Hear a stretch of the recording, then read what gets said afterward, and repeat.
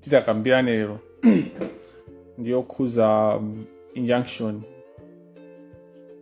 kaya order tingoti order ya Trifonia yomwe atenga Madam Trifonia. Nkhani tikamba mwacho chifukwa tsiku la birthday langa koma ndakwiya kwambiri anthu amene andikuitsa kwambiri the level of impunity is just too much, so let's just give it some minutes, just 5 minutes. I'm trying to look ndifuna ndione china chake kuti ndikamakamba ndikhale kuti ndikukamba from nkhani ya umboni weniweni osangokamba za m'maluwa, sifuna kuti kambe za m'maluwa. So meanwhile amene mungakwanise mukhoza kumapanga send like or tima hearts. The reason is that I was told kuti zimenezo zimabweresa anthu ena amene sana join kuti ajoin. So you can be commenting or reacting. The reactions zimathandiza kuti anthu ena apange. One thing that I've learned also is that I'm not going to, and I want to share with you live, that I'm not going to be afraid to talk to people live. One thing I've learned is that anthu ambiri akumafuna kuonera live yanga, mafuna kupanga join live rather, akumafuna kuonera later because they don't want to be seen to be here. So even patakhala anthu awiri silizasiya ainama akumanena kuti uzaona live yako kuyamba unali 10,000 pano pamakhala 1k kachanchani. There are so many reasons that happens. So yeah, send your likes and all that. Give me 2 minutes, then we'll start. Thank you.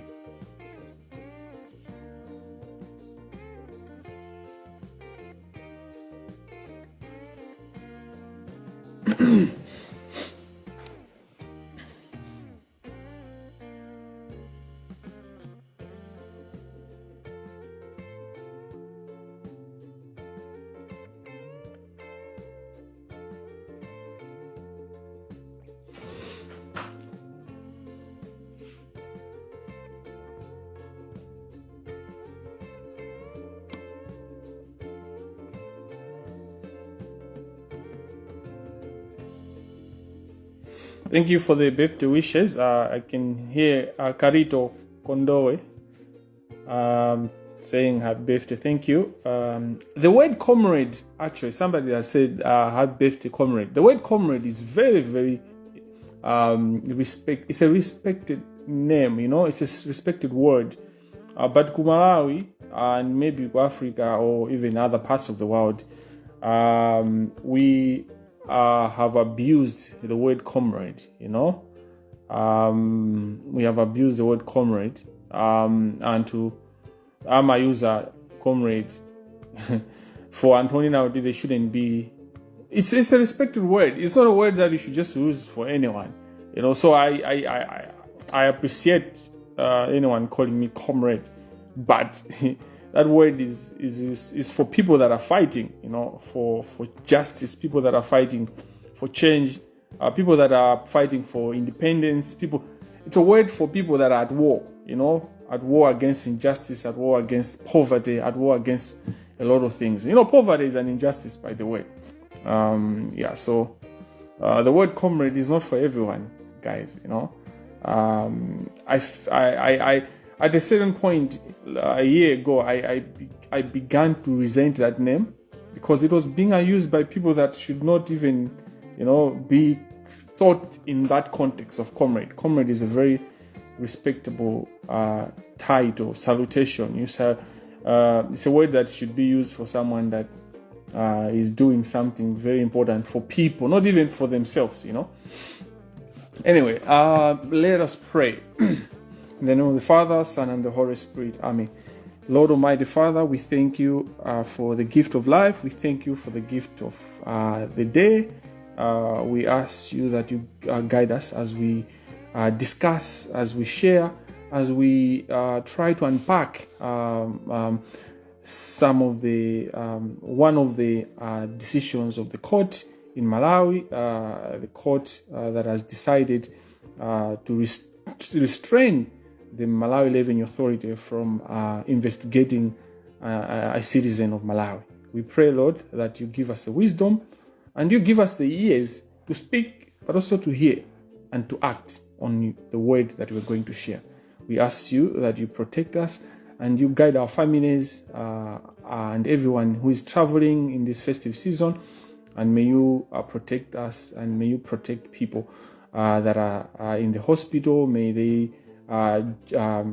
be protected from deaths. May they be healed. But if they are not healed, may they be with us in 2025. We pray all this in Jesus' name. Amen. In the name of the Father, and of the Son, and of the Holy Spirit. Amen. So nkhani yathu ndi yachidule.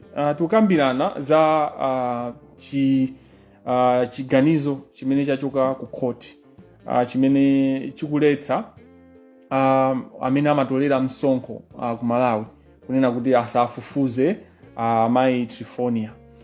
Koma ndisanayambe kukamba nkhani yeniyeni mafuna kungonenapo kunena kuti lero sinapange plan yonena kunena kuti ndikhoza kuyankhula zimene zizi kapena kuti kupanga kuyikapo ndemanga pa nkhani imeneyi. Maka lero ndi tsiku lofunikira kwa ine ifa kuti ndimakumbukira tsiku limene ndinabadwa, and tsiku limene ndofunika kuti it's for me, kuti ndisangalale, ndipume, ndikusangala kumakhala kosiyanasiyana, ndideke. I should eat nice food, I should drink a very cold Fanta, and enjoy, basically. So I did not intend to be online to always still. I think most of you have seen that I intend to speak to you on the 27th, and I will still address you on the 27th because my issues in Gambia. We need to close the year. I owe you, the public, an update because you have been with me, you have been with us, because this is a movement, this is a team. There are a lot of people that have sacrificed their well-being, their lives to keep this momentum, to keep this movement. The information that I do get, I can't get all the information by myself. There are a lot of people that are giving reliable information, and there are also people that verify this information through the investigations that we have put in place and all that. So I want to thank people for that. So we'll still have the 27th one. Today, we just focused on one issue. Trifonia. I could bend Anyageo, but I don't know Trifonia bend. I suspect this one is Trifonia Thompson Mpinganjira. That's the one that I know. So if it is really Trifonia Mpinganjira, that's the one that we'll talk about. The owner, Munoagwa Diplomats Car Hire. So last year, I was talking about my birthday. Last year, when I was celebrating my birthday, on a day like today, I had a lunch, one of the restaurants in Blantyre. I'm based in Blantyre. So during that lunch, I had my family, my closest friends. I made a wish, I made a wish. And my wish was, in 2025, I want to take care of myself. Like I was telling my family, I give out a lot. Like, Ndima Samara, and I care a lot about other people. I want to fill into my cup as well, and that was my wish, and that's how I began. You can check my Facebook post on this day, what I said my wish was. And immediately in January, my desk just began with new battles, my new fights, and my workmate who I worked with so very well with when I was working in Malawi, he told me, like, Alexius, you said you want to focus on yourself and put much into you. You need some time. You want good time to rest and all that. Come on, look at you.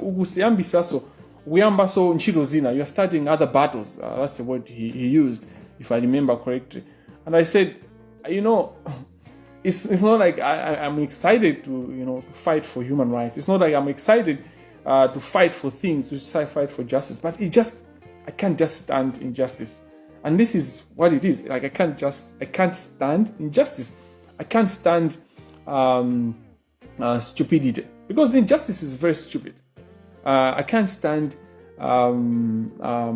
evil, because injustice is evil. And I'm not a person who sees evil happening and I'll look away. And the people that have known me for a while, they know about these things and all those kind of things. But that's not important. So this year, my point is, wish, because God has got a way to laugh at us. I wish to focus much on myself, but this year is a year that I've given my whole, to things that if I had a choice, I wouldn't have put myself into. But here I am, and I'm here fully, and they know grace. In fact, I have never lived more than I've lived in the last 3-4 months.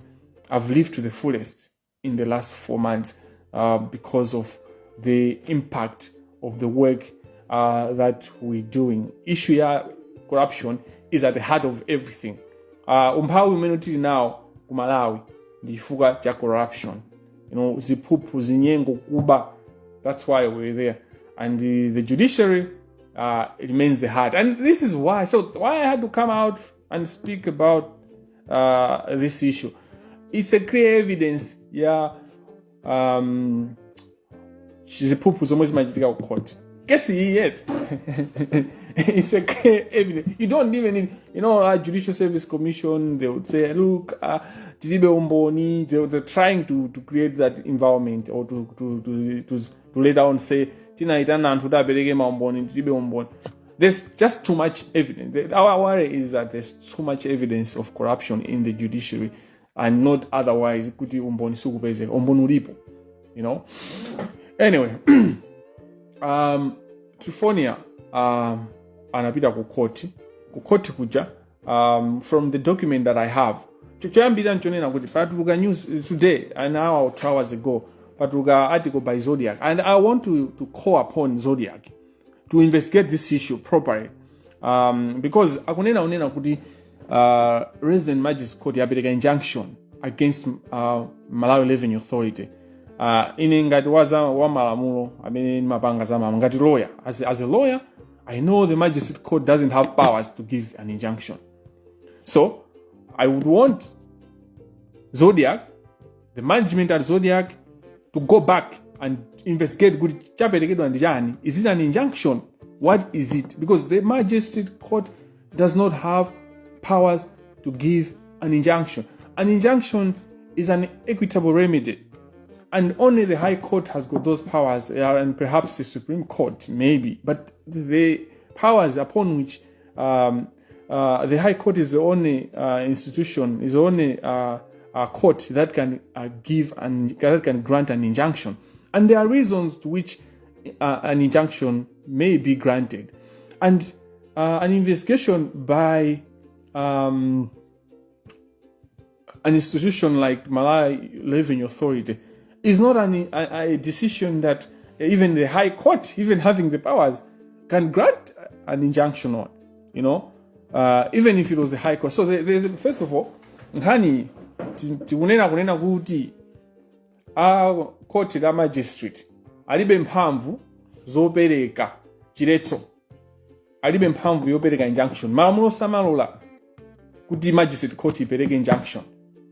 And ndikuyankhula izi knowing kunena kuti pali makoti ambirimbiri ku Malawi amene amapereka ma injunction or ma order amene ali akin or zinthu zimene zimaoneka ngati kuti zimene zimakwira mphamvu imodzi yomwe ngati injunction imagwira. Izi nzolakwika. And this is part of the corruption yomwe tikunenayo ya ku judiciary, because magistrate court cannot grant an injunction which is an equitable remedy, which lies only on the High Court.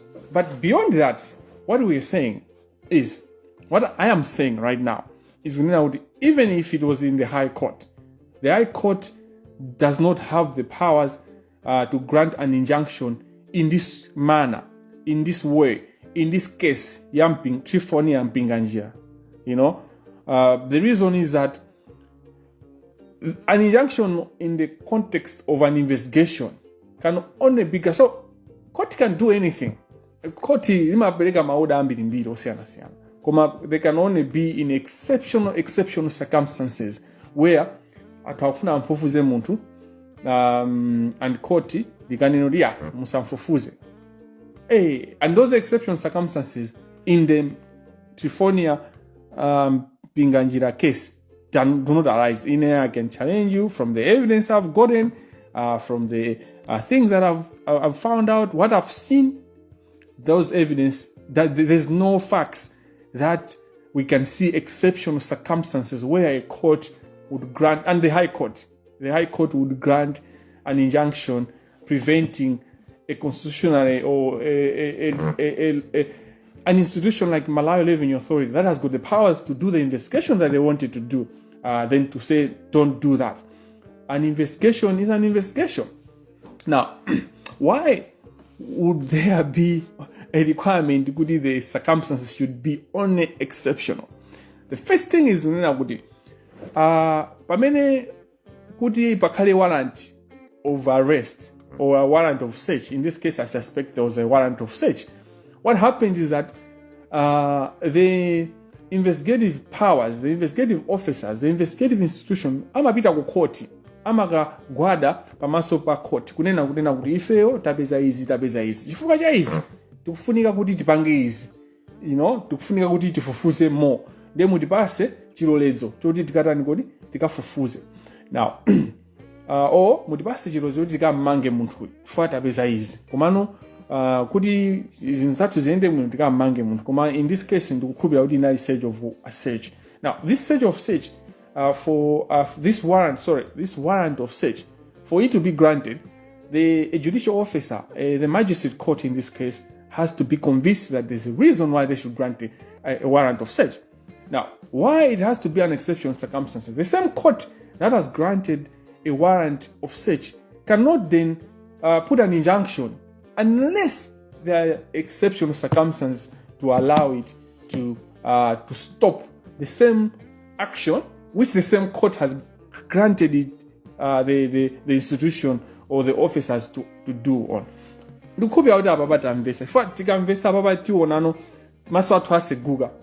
Tikunena kuti pakhale chiphaso tunena kuti anthu apite kumalo akafufuze kapena kuti amfufuze munthu, amayenera kuti apite pa court kukapempha unena kuti ifeyo tikupanga kafukufuku uyu ndipo tapeza izi, koma kuti zinthu zonse zikhale kuti zapsa bwinobwino tikuyenera kuti mutipase chilolezo kuti munthuyu tikatolere information konko kuma office kwa anthu akapena tikati ndiye court lija likamapereka chilolezo chimene chija chiphaso chowathandizira anthu amene akufufuza choti akafufuze ngati mwa nkhani ya Trifonia Mpinganjira, ndiye kuti court linali convinced, linakhutira kunena kuti palidi nkhani apa chilipo.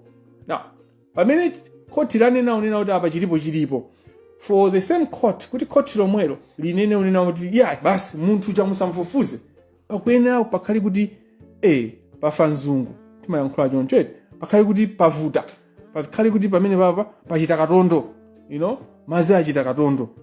Ndifaki tikunena kuti amafunika exceptional circumstances for an order of this nature to come out, especially when it's an investigation, and this order can only come from the High Court.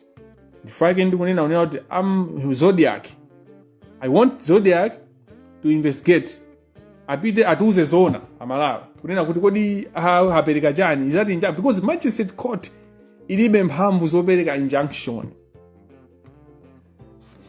Chachiwiri ndichonena kunena kuti zimene zimachitika ku Malawi ndi zinthu zachibwana zopusa. We have become a nation that is just stupid, because we cannot allow people to just get away with things, and we are all responsible. Tonsefe ndife olakwa chifukwa tikulolera izizi kuti zichitike. And I'm talking to you amene mwa joina live iniyo ndi anthu olakwa chifukwa kuti mukulola uchitsiru umene uchitika ku Malawi kuti upitirire. Mukulola anthu aziba ndalama zaboma, because izizi pali umbono okwanira bwinobwino woonesa unena kuti company imene ikuyenera ifufusidwe ndithu ndipo pali milandu kuti ayankhe. Koma chimene chimachitika nchonena kuti nkhani imene yaphulika chonchi andi tithokoze Mulungu. Izizi sikuti zangochitika. Why should we thank God? We should thank God because mubange muifufuze MRA. Ma accounts a MRA maziwa kuti amakhala ndani amene amapanga manage ma accounts a MRA. The majority of the accounts of MRA are managed by FDH Bank. Anyaka FDH Bank ndampinga njira. You know? Now, if you go further, mukayangane mene makaya kwa MRA. Kwa MRA mukafufuza bwino mupeza unena kuti kuyambira mbuyo anthu ogwira ntchito ku MRA amatha kukatenga loan ku FDH Bank anyhow. They take loan. This is information you can investigate and you find out. Zomwe ndikutanthauza nzonena kuti MRA as we speak ilikali m'manja mwa mpinga njira aja.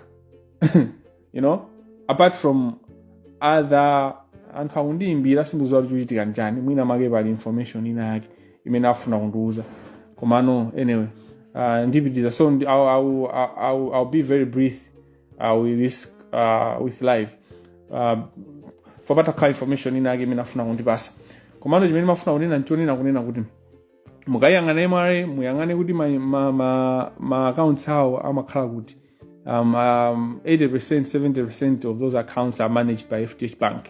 You know, so they are in business with FDH Bank. So the revelation zomwe zachitika pankhani ya Trifonia mpinga njira, there's more powers than just what we can see. It was a shock to me when I know how the system works. It was a shock for me kuti zafika mpaka na zatupuka chonchi chifukwa mpinga njira and control has some form of control of FDH Bank, I mean of MRA, you know, in that context, and they do business together anyway. Now the other part yomwe mukwena kuyang'ana imene tikuyenera tiyang'ane tonse ndipo tifufuze ndithu ndionena kunena kuti mukayang'ana mene zinthu zawo amachitira anthu amenewa kuti muyang'ane diplomati ijatu kuti muifufuze mufuse magalimoto amene ali kumene kuja kuti amachokera kuti mumva kuti pali nkhani za magalimoto ochokera ku South Africa kumene zina zakuli milandu kumeneko kuti muyang'ane muona kunena kuti magalimoto amene amalowera even mene amapangira you know galimoto ndi ya 5 kwacha koma akuilemba kuti ndi ya 50 tambala, you know, there are all sorts of things and pali anthu amene zikuakhuza pa nkhani zimenezi ndiye nkhani umboni umeti nawo ife utakhala kuti sokwanira ndiye tikufuna kuti MRA ayilole kuti ifufuze komanso anthu amene akufufuza MRA tizikhala kuti tizayang'ana chifukwa atha kupita panopa anthu akonzedwa kale panopa anthu money is exchanging hands and there's a lot of things going on ku MRA, my meetings, my phone calls, my shouting, zimenezo orders from above. We know all those things, you know, all those shenanigans are going on as we speak.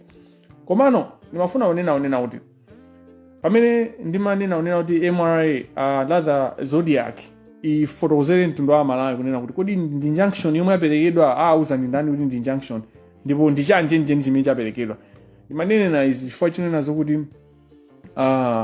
I have a document imene imaonesa kuti there was an order by the Majesty Court and order imanena is ndiwerenga kuti tonse timvane apa imayamba kunena kuti in the Republic of Malawi imene imakhala court document kena kupaliza malamulo apo komano anthu amene akulimbana mkhani imene anali Malawi Revenue Authority versus Trifonia Bender trading as diplomats care hire. Now ndisanapitirize ndisanayiwale point you see this lady this madam, you know, she's someone who we all know kunena kuti ndi Trifonia mpinga njira akapanga what we call ndalama akamafuna kupereka ndalama kwa anthu akamafuna kupanga whatever they call a charity work, what they do, whatever that is, amanena kuti Trifonia Thompson mpinga njira lero amene akuyankha mulandu pamene kuli mlandu ku court akuti ndi Trifonia Bender. And the Zodiac also writes her as Trifonia Bender. I find that very interesting. And that's how powerful the rich are. That's how our systems are. Because even Zinalo, they have control with Zinalo lisapange appear in any bad light. Komano akula. Anyway, let me continue. The order, upon hearing counsel for the applicant and upon reading the affidavit in support, it is hereby ordered that the search warrant obtained herein be and is hereby stayed pending the application to set aside the search warrant. Then the Malawi Revenue Authority should not seize motor vehicles belonging to the applicant or diplomat car hire and the state agent limited in the execution of the search warrant granted by this court. Then pomalizira pake kapena C akunena kuti application to set aside the search warrant be filed within 14 days from the date of this order. It is so ordered. This order was given on 18th December 2024. And I have got this order on my page 2 days ago. I posted it. I just posted. I didn't say anything. I just posted. Now, today, Zodiac is reporting the thing that was signed on 18th. Ndekuti pali order ina imene atuluka. Ifaina kai anaina kuipanga report mbuyomo. Koma ngati si ili yomwe indeso mwina swa Zodiac atafotokoza bwino for zikuone ngati order ija yaperekedwa lero. Now, ngati yaperekedwa lero, I would want to know kunena kuti is this a new order? Is this a new application? Was there a new application? Now, ndisanafike kumapeto kwake chimene ndikupempha ineyo kwa Trifonia Mpinganjira komanso kwa MRA komanso kwa Malawi mafuna kunena kuti order imene ikunenedwa kuti yaperekedwayo ndionena kuti tikuyenera kuti tisegule maso ndipo muone zomwe timakamba takhala tikunena za corruption in the judiciary kuti chinyengo cha ku judiciary ndichooneka chifukwa chonena kuti mukawerenga order imene mawerenga ichi ikukamba za this court granted. So nazakamba paja kunena kuti the court gave a warrant of search because it was convinced that there was a reasonable grounds for there to be a search. And MRA is an institution that has got authority to do the investigation.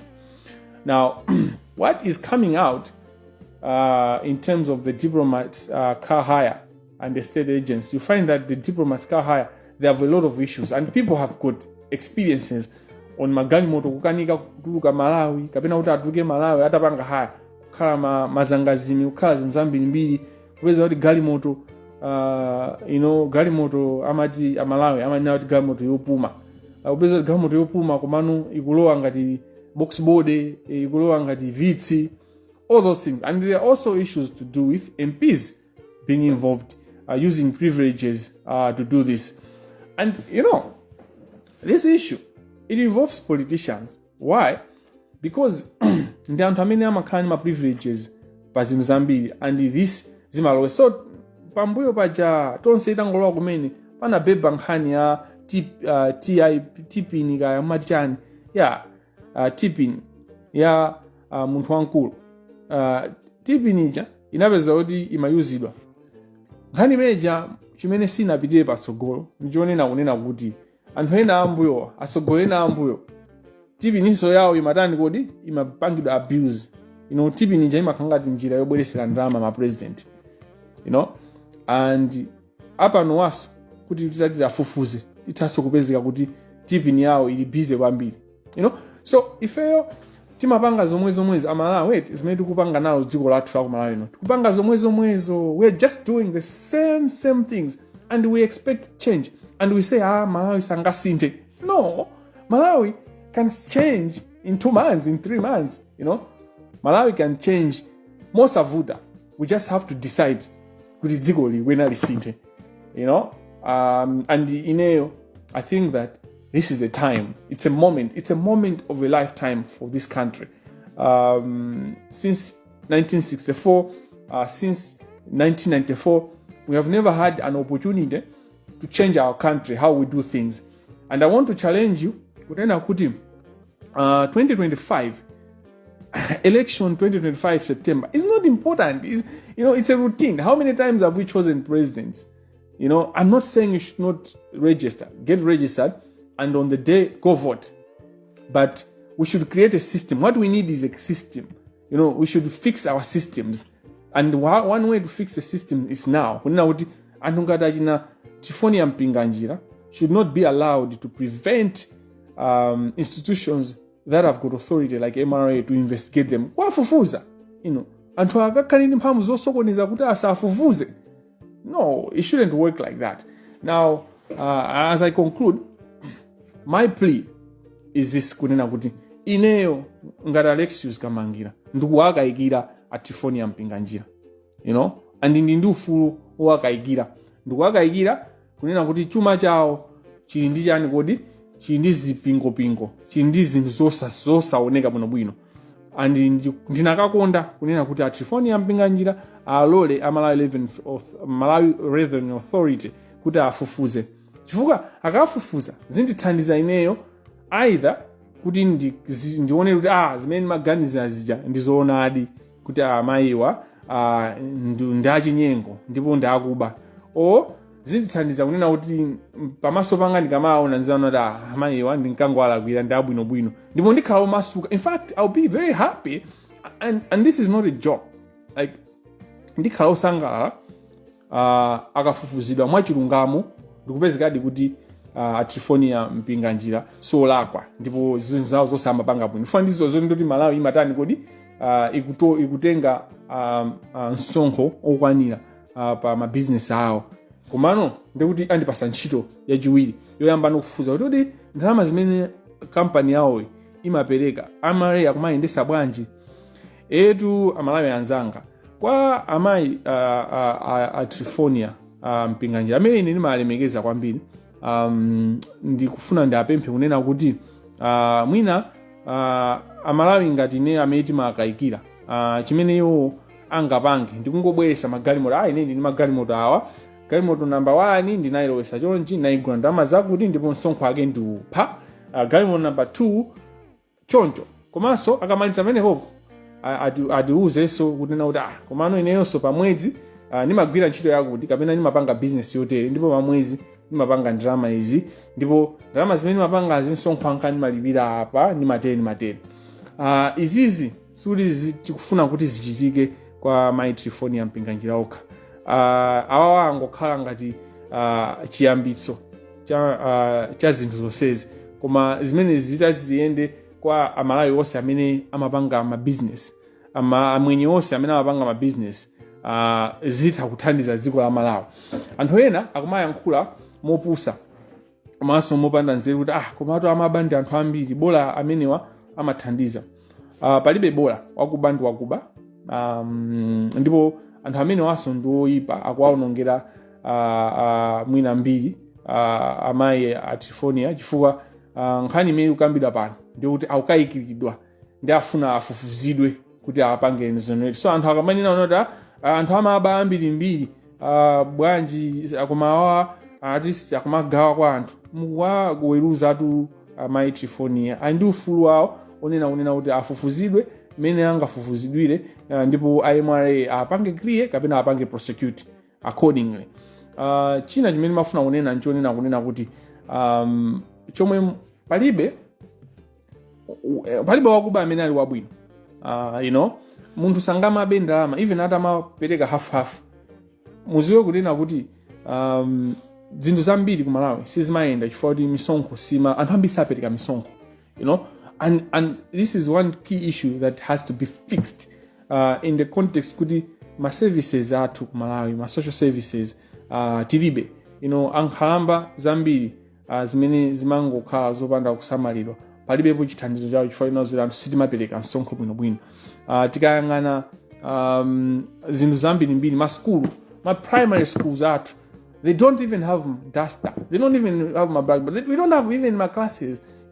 Miseu tilibe. Mfake kungomanga miseu kapena miseu kungoyamba kukumba kulilongo imene anamba kukumba anthu basi delivers. it's a poverty of development, and we are very underdeveloped, and the reason why we are very underdeveloped is that there are a number of reasons, of course. Komano choyambira nchona sapereka msonkho bwinobwino maiko ena timati tikaenda ndikufufuza za tax. It's a serious issue, it's a serious business. You can't play like what we're doing. Chinthu china nchonena kuti msonkho uja ukaperekedwa anthu amagawana andi tikuziwa njira zake. Komano mene wanenena nkhani zimene zotizikamba bwinobwino mu Juni muno majaji awiri atatu akachosedwa ntchito komanso akamangidwa ngati SCB ili serious pano pabweza atamanga kale majaji chifukwa umboni woti majaji wandakuba ulipo ambiri. Pali majaji angapo, paliso mamajisiti angapo. Sinimayi wala kumutchula Nsoya waku Industrial Relations Court. And so Mr. Nsoya ni munthu woyipa kwambiri, and he shouldn't be going to the office. If we are serious as a country, by this time amaina kukhala kuti waimisidwa ntchito ndipo akufufuzidwa. Pomalizira nimafuna kusindika ponena kuti MRA sikuyenera kutetezedwa kapena kuti kulepheresedwa, kukanizidwa, rather not kutetezedwa koma kukanizidwa kuwafufuza amayi mpinganjira. Inu tangoganizani, kodi munthu amene atapha nzake ndi apolisi afuna amange munthu uja ndi amfufuze, ndi munthu akatenge injunction kuti musandimange komanso musandifufuze, zingaende bwanji, mungaone bwanji? Muziwe kunena kuti nkhani ya msonkho ndi yayikulu kuposa kupha munthu. Andizizi anthu ena atha kuziona ngati akuphwekesa kupha. Pamene musakupereka msonkho mukupha kagulu ka anthu, simukupha munthu mmodzi. Pamene anthu akuloledwa kuti asapereke misonkho kapena nkhani zokhuza kukayikidwa kwa anthu pa nkhani ya misonkho sizikuyendesedwa bwino, muziwe kuti mukupha anthu angapo. MRA aziwenso kuti ifenso maso athu ali pa iwo, tikuwayang'ana, koma pa nkhani yokha musalepherese, musakanize, musatseke MRA kuti afufuze. Pamene MRA akufuna kumfufuza munthu kupanga mpaka na search warrant, apeza zina zake. Ndipo ifeyo tikuyenera tonse amalawi tidzuke ndipo ndithokoze anthu amene abwera ndi umboni osiyanasiyana, chifukwa nthawi zina tikamaziyamba zinthu zije timakhala kuti enafe tapeza information yochepa, koma enafe information yochepa imatani kodi imakhala kuti yatipasa nguvu yokwanira bwino, imatipasa mphamvu ndipo imatipasa courage yokwanira bwino ndikuyamba zinthu. Ndi tikayamba zinthu zija ngati meti nayambira dzulo ndiye tutalandira data yonena kunena kuti apapatu palibe chifukwa chimene court limayenera kukuperekera chimene aperekerachi. Sindikudziwa kuti ndi chani koma choletsa MRA kuti afufuze amayiwa, chifukwa si injunction, sininganene kuti ndi injunction chifukwa kuti magistrate court ilibe mphamvu zopereka injunction. And ndifake tikupempha MRA Zodiac kuti afufuze ndipo auzenso anthu wa Malawi kunena kuti chimenechi ndi chani. Amayi Trifonia Mpinganjira amene ali munthu olemekezeka kwambiri ku Malawi, tikuwapempha kunena kuti angobweresa umboni onena kuti ndi magalimoto angati, magalimoto anagula ndalama zingati, anapereka msonkho ndalama zingati, pamoyo wawo pamwezi amapanga ndalama zingati, mabusiness awo kapena ntchito zimene amagwira. Zikatero basi kama gifts amene amalandira fama maoneka kuti amakondedwa kwambiri, amalandira magifts. Izi zitithandiza kunena kuti makoti athu achite manyazi, for koti limene lapereka chichonse chimene apereka zikuchita kuoneseratu kuti sizinayendi. Abale anga, pomalizira nkhani yonena kuti ku judiciary kuli corruption, komanso mu legal profession muli corruption, ni nkhani yayikulu kwambiri. Ndipo since we have been seeing maumbono ambiri osiyanasiyana, koma ndimafuna kunena kuti oda imeneyi amalawiso amene mukumvetsera apa mufufuze kunena kuti kodi lawyer amene anatenga injunction imene ndi ndani. Mupeza kunena kuti mwina itasokhala law firm imene tinayitchula kale, muno wake amene tinamutchula kale kuti ndi okuba, ndi lawyer okuba kwambiri ndipo akubera Malawi, ndipo ndi munthu wankhanza. Inu mumamusekerera koma iyeyo amakubayani mipeni. Tikatero tithokoze amene mwajoyina komanso muziwe kunena kuti pa 27 kuzakamba za kodi tachokera kuti nkhani ya corruption in the legal profession, the bar and the bench, the corruption in the judiciary. We're also going to give an award to the most corrupt couple of the year 2024. Ndiye pali ma nominations komano kuopa kuulula zinthu tifuna kuti anthu amene mungakwanise ku inbox kupereka kupanga nanu nominate the most corrupt couple of 2024. Mutha kunditumizira ku Facebook messenger, njira ina matha kumasuka mukhozanso kunena even pa ujeni panje. So pa 27 December tizapereka award imene ikhala yonena kuti tilemba ku Malawi ku ACB Anti-Corruption Bureau kuti kapo imene ayifufuze, kapo imene itawine corrupt couple of the year 2024. China chimene titakambe pa 27 ipa tionesanaso kunena kuti kodi where are we going in 2025. Otherwise, God bless you. Let us pray. In the name of the Father, Son, and the Holy Spirit. Amen. Lord, we thank you for the gift of together, converging together, the gift of friendship. We thank you for helping us to speak, to share, but also to hear. We ask you to guide us in everything that we do. As we go, may we be the light to the world. We pray all this through Christ our Lord. Amen. In the name of the Father, and of the Son, and of the Holy Spirit. Amen. Thank you very much. Merry Christmas. Happy birthday to me. And see you on the 27th of December 2024. Thank you.